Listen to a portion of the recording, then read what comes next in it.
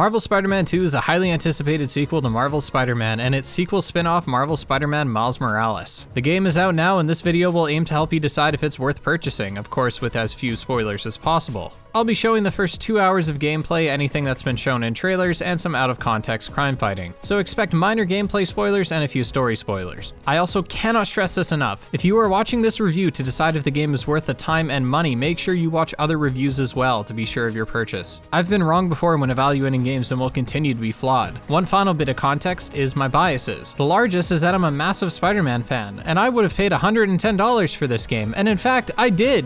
You know, Canadian economic crisis, yada yada. So with all of that said, let's see if Spider-Man 2 is a sequel we've all been waiting for, or if it's, who are we kidding, the game is great. It's twice the action, twice the world size, twice the spider, and twice the men. I had some lofty expectations for this game, and in nearly every aspect, Insomniac cleared those expectations. There are obviously so many moments I can't talk about, but the amount of time something would happen in the game that I thought was never going to happen leading up to the release was insane, and my jaw was on the floor for most of the playthrough. Its gameplay is improved in some areas, worse in others. Its world is massive and its story is both balls to the wall but grounded at the same time. It truly feels as though Insomniac has lived up to their own ambitions, and any fan of the first games is probably already playing it. But if you aren't convinced yet, allow me to break down my thoughts beginning with the presentation. The world is gorgeous, full stop. Forget the size of New York. Even excluding the 2 new areas, the world is consistent eye candy, whether that be when it's glistening with floral vibrance or beaten down by a thunderstorm. Buildings have detailed interiors and ray tracing is here regardless of if you're on performance or fidelity mode. It's especially noticeable in many cutscenes, and it's in these cutscenes that it feels like Insomniac is showing off. The way the camera seamlessly speeds through the city to transition us from one Spider-Man to the other, and you know what? Insomniac earned it, because while its art style might not be the most defined, I can understand some gripes with the UI. The sheer technical achievement here is a marvel. The same applies to the cutscenes where all the characters, despite their facelifts, look amazing. And personally, I like the new designs here. Peter is doing his best to sustain himself without a safety net, and the more mature faces complement the mature story well. And Peter and MJ get some great development here. Part of what makes the cutscenes so good, aside from the picture-perfect frames that will surely litter any fan's wallpaper, is the animation work, which is top-notch. Something to note here is that not all animations are new. Miles and Peter have learned a lot from each other over the last year, and so it makes sense that they begin to share some moves, and truthfully,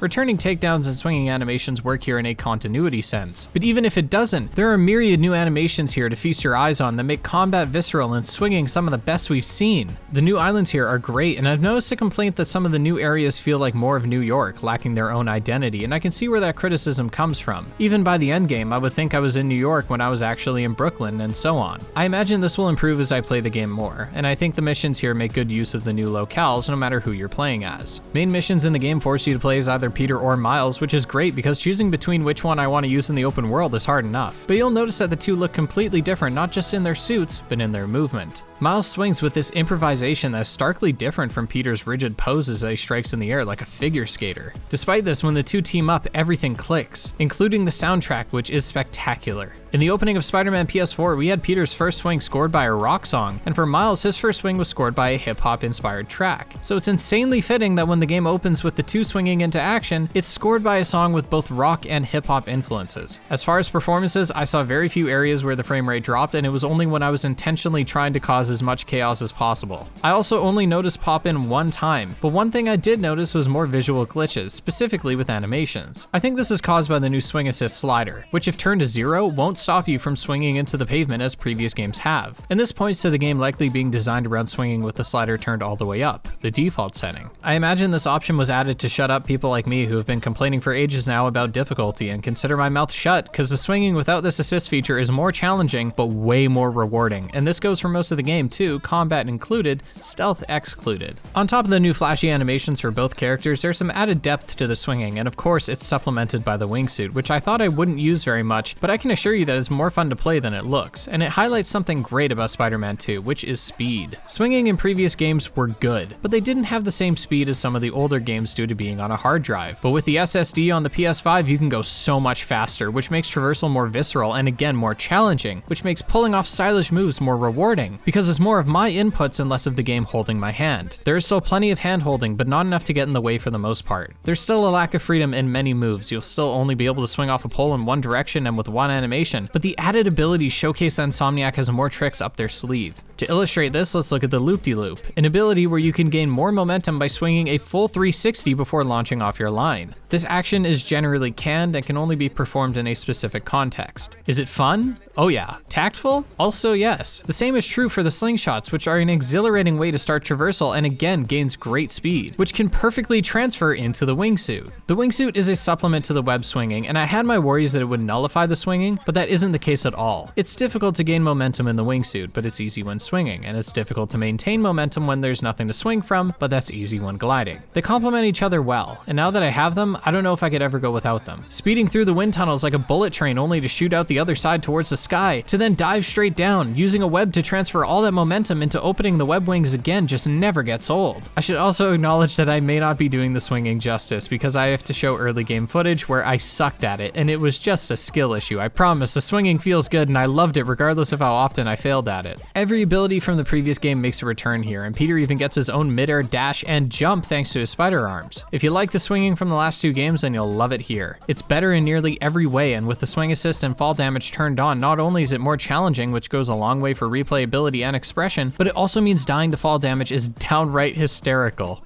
Transfericon. Está bien. Sí, ma. Todo bien. He has some sort of power suit. Kicked all kinds of butt with it.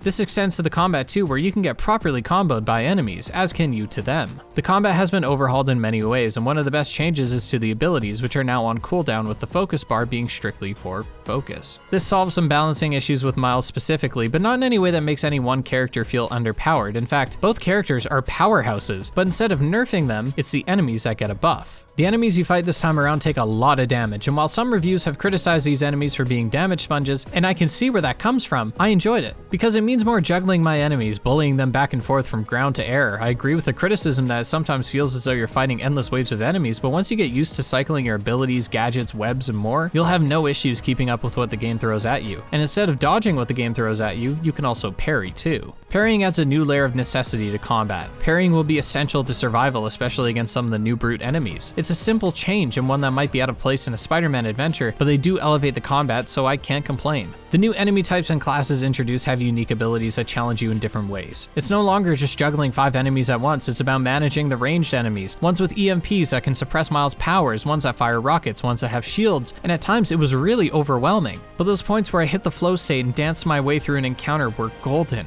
Despite the challenges thrown your way, the game still gives you the power fantasy. As shown in previous gameplay, the Black Suit Rage mechanic allows Peter to absolutely pummel enemies for free, which really highlights how strong the suit is. And all of this is delivered by Yuri Lowenthal, who genuinely deserves awards for his performance here. All of this is without talking about the boss fights, and unfortunately, I can't say much. We've already seen the Lizard fight and Chase, which is a great example to look at, but understand that most of the fights post-Lizard are delving into spoiler territory, so I can't show them. Fortunately, this Lizard fight is a good exhibit to the difficulty, which had me stumped on bosses for a while. In fairness, I shot myself in the foot because I poured all of my upgrade points into traversal, but either way, each boss has combos and need to be memorized in order to parry properly, and their mix-ups kept me on my toes and in many cases flat on my ass. Bosses have large health bars and in many cases multiple health bars, with different phases introducing new moves, new areas, and new gimmicks to play around. There's significant improvement over the first game, both in terms of variety and challenge. I can't say specifically which boss, but one of the late game bosses took me ages to get past, and I never once felt it was unfair. I just had a skill issue.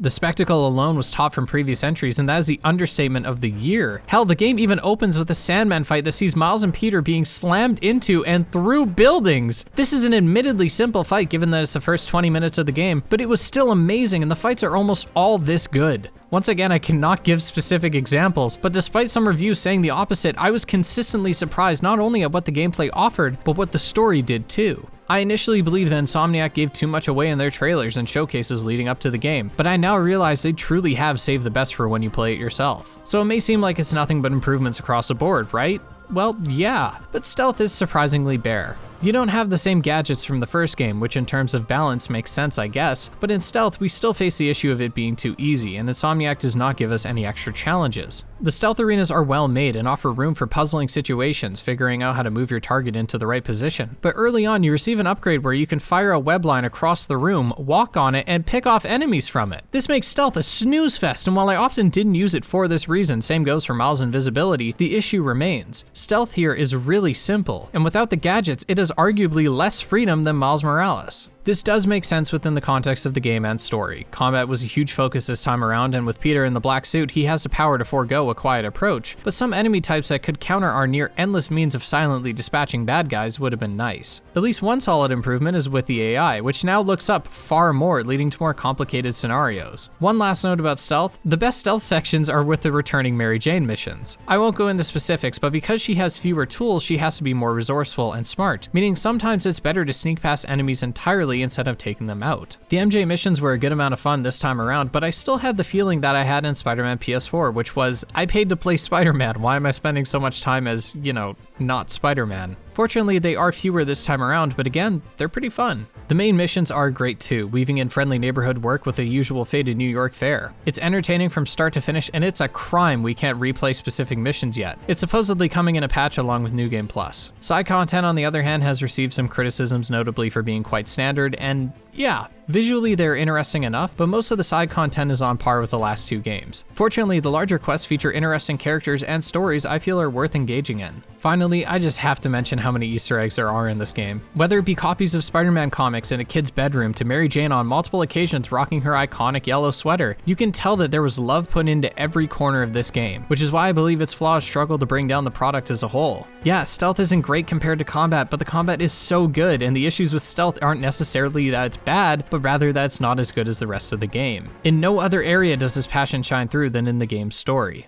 I'll have to speak vaguely again for obvious reasons, but the general themes of the last two games continue for Spider-Man 2. Peter is trying his best to be a functioning adult in the short windows where he isn't Spider-Man, and Miles fills the role of a young hero who is struggling to find direction after graduation, and seeing his friends doing great things while he is seemingly going nowhere. There's a consistent theme of darkness throughout the game and what the anger within somebody does to them, how it corrupts them. Whether through loss, betrayal, grief, or jealousy, nearly every character has to face their dark side to some extent. But of course the focus is on Peter for most of the game. Miles is still a main character, but his story does serve Peter's as a whole, oftentimes feeling like a B-plot, which works appropriately. As Peter gets wrapped up in the symbiote shenanigans, Miles gets a chance to have a smaller, more friendly neighborhood story that slowly expands and intervenes with Peter's struggle. One thing to note is that based on the trailers we saw, I assumed that Kraven would be sidelined by the main attraction being Venom, but be warned, Kraven is a very prominent character and his character is done really well here, as are all the other characters. Anything from the major twists to the small moments of dialogue are handled with care. The opening scene, for example, shows how both Peter and Miles are grappling with their double lives and hijinks quickly ensue.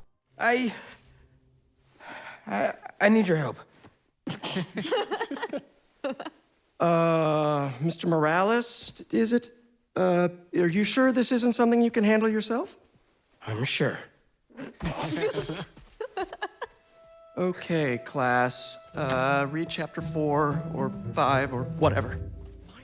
I enjoyed the story provided here, but I do feel that the final act of the game bordered on getting too crazy. But I'm not sure on that, I may change my mind. The same goes for the feeling that MJ was shoehorned into a lot of scenarios, where she ends up doing a task that the Spider-Man could have done without her and probably faster too. They're minor gripes, and they look small compared to the heights the story reaches. It starts strong, and it's a roller coaster from start to finish. So to answer the question the title posed, is Spider-Man 2 worth your money? If you're a Spider-Man fan, yes. If you enjoyed the first game and Miles Morales, yes. If you didn't like the first game and thought it was boring, then this likely won't change your mind. It is a sequel in its truest form, building off the foundations of its predecessor but not changing it fundamentally. Another valid question, is this a console seller? Maybe. If you've been wanting a PS5 and haven't played the Spider-Man games yet or only played one, then I'd say having the Insomniac catalog on a console is a great choice. But with how most of the recent PS5 exclusives are coming to PC a year or two after release, I think you're fine to wait if you really don't want to buy a console. Are you buying Spider-Man 2? Are you already playing it? What do you think of it? A reminder again to watch other reviews so you can be as informed as possible, and thank you to the channel members and patrons for supporting the channel. If you want to get access to videos early and support the channel, you can do so by becoming a patron. Leaving a like and subscribing are helpful too, and thank you so much for watching and supporting me.